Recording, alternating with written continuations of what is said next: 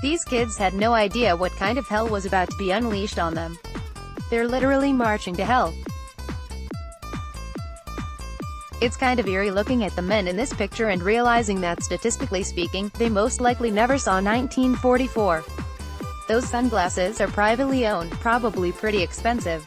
Sunglasses were only issued for Afrika Korps troops and for motorcycles, but not for infantry.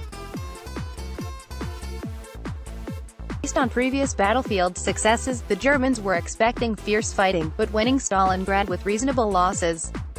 Up until that point, when it comes to ground war, the Germany had only experienced setbacks, such as the Battle of Moscow, following which, they continued to encircle and destroy the Soviets in the spring of 1942. They still thought themselves to be unstoppable and were confident in their ultimate victory. The kind of brutal, unprecedented, close-quarter street fighting and then utter devastation of an entire army in Stalingrad was a completely new experience for them. Sure, they knew there would be fierce fighting, but they weren't expected to be involved on one of the most gruesome and horrible battles to ever be fought. Of the nearly 110,000 German prisoners captured in Stalingrad, only about 6,000 ever returned.